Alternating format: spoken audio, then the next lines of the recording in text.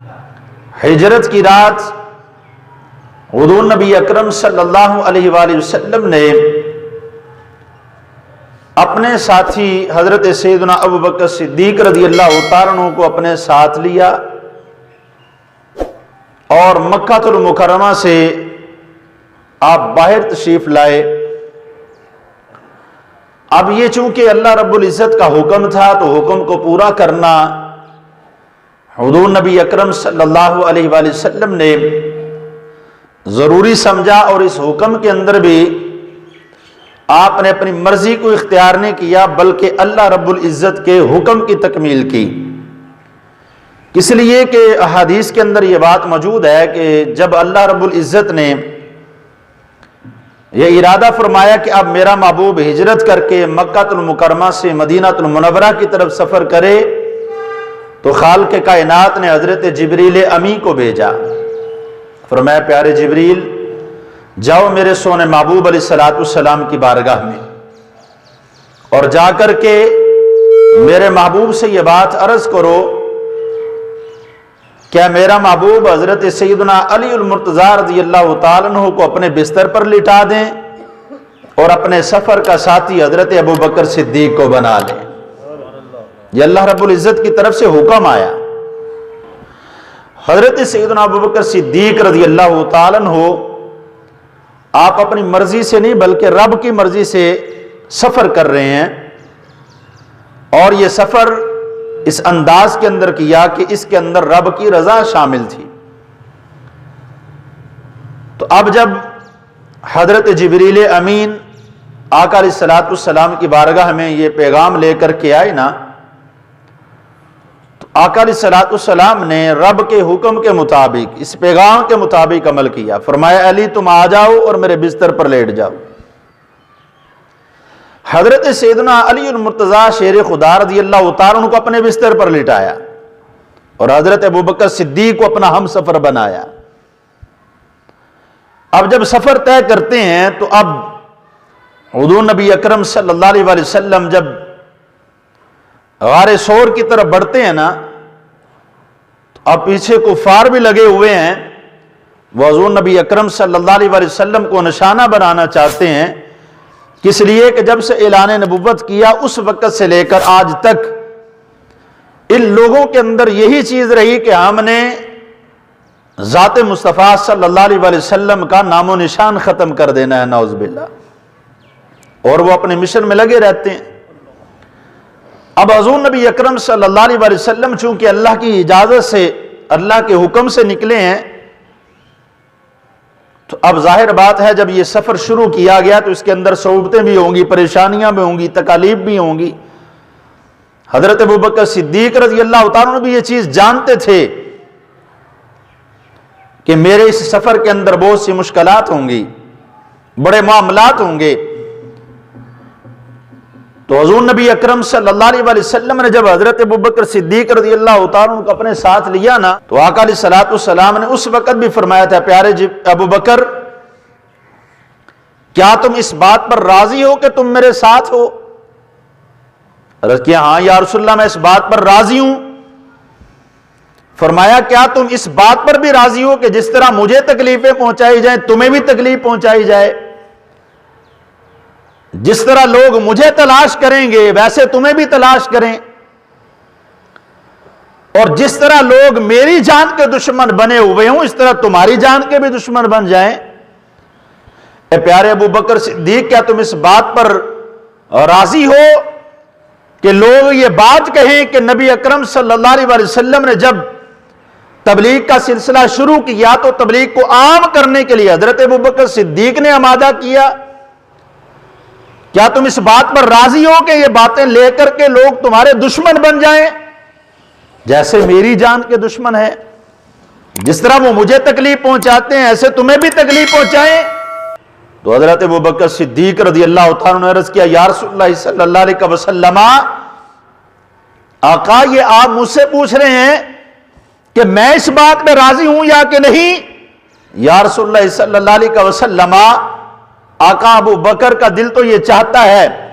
کہ اللہ مجھے اتنی زندگی دے کہ جتنی اللہ تعالی نے پوری دنیا کو زندگی عطا کرنی ہے، اللہ مجھے اتنی لمبی زندگی دے دے۔ اس کا کہنے کا مطلب کیا تھا کہ اللہ مجھے قیامت تک مہلت دے دے کہ میں آپ کے ساتھ رہوں، آپ پر آنے والی ہر مشکل سب سے پہلے مجھ پر آئے۔ یا رسول اللہ صلی اللہ علیہ وسلم، اللہ مجھے اتنی لمبی زندگی دے دے، اور دوسری طرف لوگ میرے سامنے یہ چیز رکھیں کہ تمام ملکوں کی بادشاہی مجھے دیں، تمام ملکوں کی سلطنت ایک طرف ہو، اور مجھے کہا جائے کہ بادشاہت لے لو یا محمد عربی کا دامن تھام لو، تو یا رسول اللہ صلی اللہ علیہ وسلم آپ کے ساتھ بھلے وہ وقت مصیبتوں کے اندر گزرے، پریشانیوں کے اندر گزرے، تکالیف کے اندر گزرے، یا رسول اللہ صلی اللہ علیہ وسلم آقا میں دنیا کی دولت کو پسند نہیں کروں گا، میں دنیا کی بادشاہت کو پسند نہیں کروں گا، اگر کسی چیز کو پسند کروں گا تو یا رسول اللہ میں آپ کا ساتھ پسند کروں گا، دنیا کی دولت نہیں بلکہ آپ کا ساتھ پسند کروں گا، آپ کی قربت پسند کروں گا، آپ کے ساتھ میں جو آنے والی مشکلات ہیں ان کے سامنا کرنے کو پسند کروں گا۔ تو حضور نبی اکرم صلی اللہ علیہ وسلم نے کیا فرمایا؟ پیارے ابو بکر، اگر تم اس بات پر راضی ہو کہ اس معاملے کے اندر میرا ساتھ دینے کے اندر تمہارا دل اتنا مضبوط ہے تو پھر سن لو، اللہ رب العزت نے تمہارے دل کو اس بات پر آگاہ پایا ہے، تمہاری اس بات پر اللہ آگاہ ہے کہ تمہارے دل کے اندر کیا ہے، تم سوچتے کیا ہو، تم کہتے کیا ہو، تمہارے دل میں بات کیا ہے، اللہ رب العزت تمہارے اس ارادے سے آگاہ ہے۔ اے ابو بکر جان لو، اگر تم میرے لیے جان نثاری کا جذبہ رکھتے ہو، اگر تم میرے ساتھ اس قدر محبت کرتے ہو تو پیارے ابو بکر سن لو، پھر تم میرے نزدیک ایسے ہو جیسے میری کان اور میری آنکھیں ہوں۔ بندہ اپنے کان نال بڑا پیار کرتا نا، میرا کان بند نہ ہو جائے، آنکھ بند نہ ہو جائے، اس کی قدر تو اس سے پوچھی جاتی ہے نا جس کے پاس نہ ہو۔ تو آقا علیہ الصلوۃ والسلام نے فرمایا ابو بکر تم میرے نزدیک ایسے ہو جیسے میری آنکھیں ہوں، میرے کان ہوں۔ اے پیارے ابو بکر، تمہاری میری دل کے اندر اب قدر کیا ہے، منزلت کیا ہے؟ اے پیارے ابو بکر، جس طرح سے جسم سے سر کا اور بدن سے روح کا تعلق ہے کہ جسم سے اگر سر جدا ہو جائے تو بندہ ختم ہو جاتا ہے، جسم سے روح نکل جائے بندے کا جسم جو ہے بے قدرہ ہو جاتا ہے، فرمایا اسی طرح میں یہ سمجھتا ہوں میرا اور تمہارا تعلق ہے۔ یہ آقا علیہ الصلوۃ والسلام نے کس لیے کہا؟ یہ کائنات کے لوگوں کو بتلایا، لوگوں سن لو، ابو بکر کا اور میرا تعلق ایسا تعلق ہے کہ جس طرح بدن سے جان نکل جانے کے بعد، روح نکل جانے کے بعد بدن کی کوئی قدر نہیں رہتی، اگر مجھ سے میرے ابو بکر کو جدا کر دیا جائے تو ایمان کی جان ختم ہو جاتی ہے۔ فرمایا اس طرح ایمان کی جان ختم ہو جاتی ہے۔ کوئی بندہ مت یہ سوچے کہ میں ابو بکر کے ساتھ بغض رکھ کے، ابو بکر کے ساتھ عداوت رکھ کے اپنے ایمان کو کامل کر لوں گا۔ فرمایا نہیں ابو بکر، آج کے بعد میں یہ اعلان کرتا ہوں میرا اور تمہارا تعلق ایسے ہے جیسے جسم کا اور روح کا تعلق ہوتا ہے۔ یا آقا علیہ الصلوۃ والسلام نے تعلق بیان کر دیا، کس لیے کہ آج ہم کسی وڈیرے کے ساتھ تعلق ہو تو بڑا فخر کرتا ہوں اس بات پر، میرا فلاں کے ساتھ بڑا تعلق ہے، میں کہتا ہوں تم اپنے تعلق پر فخر اس لیے کرتے ہو، یہ بات تم کہتے ہو کہ تیرا بڑے وڈیرے کے ساتھ تعلق ہے،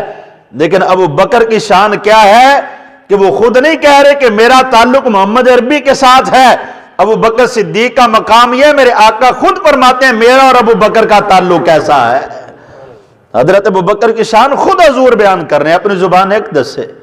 اور یہ بتلاتے ہیں کہ میرا اور ابو بکر کا تعلق کیسا ہے۔ تو عرض کیا یا رسول اللہ صلی اللہ علیہ وسلم، آقا میں آپ کے ساتھ اس سفر میں ہر مصیبت برداشت کرنے کے لیے تیار ہوں، میرے دل کے اندر ذرا برابر بھی یہ پریشانی نہیں ہے کہ آپ کے ساتھ مارا جاؤں گا یا مجھے تکلیفیں پہنچیں گی، مجھے پریشانیوں کا سامنا کرنا پڑے گا۔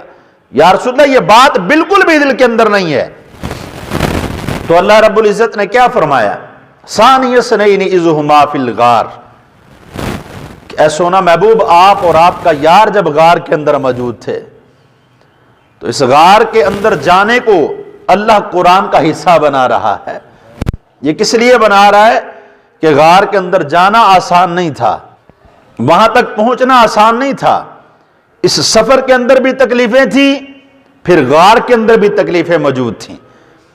سفر کے اندر بھی مصائب کا سامنا تھا، غار کے اندر بھی مصائب کا سامنا تھا، لیکن حضرت ابوبکر صدیق اتنے ثابت قدم رہے کہ اللہ رب العزت نے ان کے غار میں جانے کا ذکر بھی قرآن کے اندر بیان کر دیا ہے۔ یہ ان کی عظمت اور شان ہے۔